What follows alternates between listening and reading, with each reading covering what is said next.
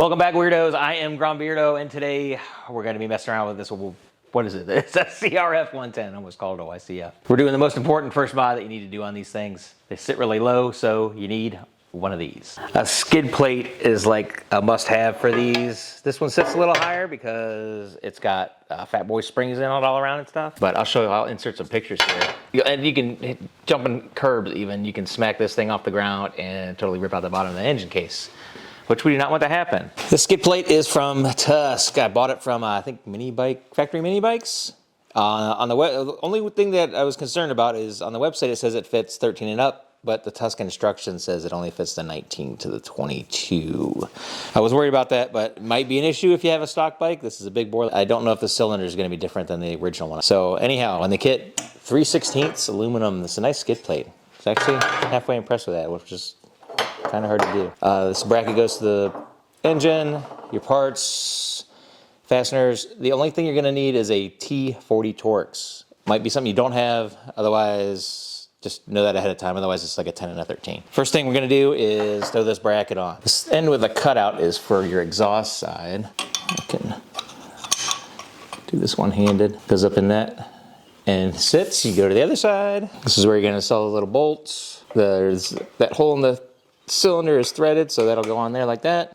It also gets this long bolt between the two to like stiffen it up and really cinch it down. We'll insert that from this side, insert from the other side, come over here, throw your nut on. I'm doing it that way so like the two things that are actual fasteners on this bracket that you can see are both on the same side, so you don't have one on one side, one on the other. So the front part of the plate, there's two of these bolts.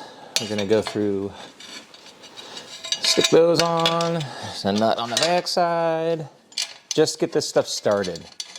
Don't even worry about tightening anything down until after you got all these fasteners started. And this thing is hanging off the bottom of your engine. Then to the back, there's these spacers that need to go between on the engine and then to the plate, and then this goes through. But first you got to remove the front two bolts that hold your foot pegs on. These are an M12 head on them. M8 by 125 threads, just in case you happen to strip them out or something. M8 by 125 and M6 by 1. You should own those halves and dies if you're going to work on anything. Any kind of motorcycle, metric ones anyhow. So, bolts goes through, drop our spacer on, do the same over here. I'm going to try and do this at the same time. And then you start these up where you took out. These are nice and long so you can still get your fingers on them to get them tight. Don't ever use freaking impacts to start bolts or anything like that. Now we're just gonna start tightening everything down. Everything is on there loose. Feels good. Start at the back. Tighten your rear ones down. It'd probably be a really good idea to use Loctite on these, but I didn't think about that first. So I'm not worried about it. I'll learn my lesson if they end up falling out. Move up to the front.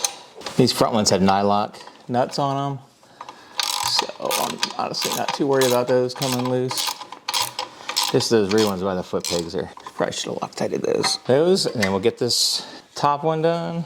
This one's also an nylock. Snug this up so it's nice and tight. Not crazy tight. You don't need to compress that freaking bracket real bad or anything. And then just snug up your top one here. This is really small threads, don't go crazy with it. Not much to it, it definitely fits older versions. There's a little bit, still got a gap there between where your shifter's at. There's nothing's hitting there. Or back underneath here. You can still get to the exhaust nuts to make sure those are tight. That's something you want to check. It is hitting the exhaust on this side. Loosen it up and try and move it over. But yeah, other than that, looks pretty sweet. Won't be ripping the drain plug off. I'm jumping curbs and all that kind of crazy stuff. So that's it, quick and easy. Super simple job, make sure you do it. These things sit really low to the ground when they're original. This has a stiffer suspension on it and it sits a little bit higher. But yeah, if you like this kind of shit, give me a follow or a subscribe. Actually, we're on your YouTube. You can follow me on Instagram or Facebook too. Like the video, do all those things, and I'll see you on the next group ride. Peace.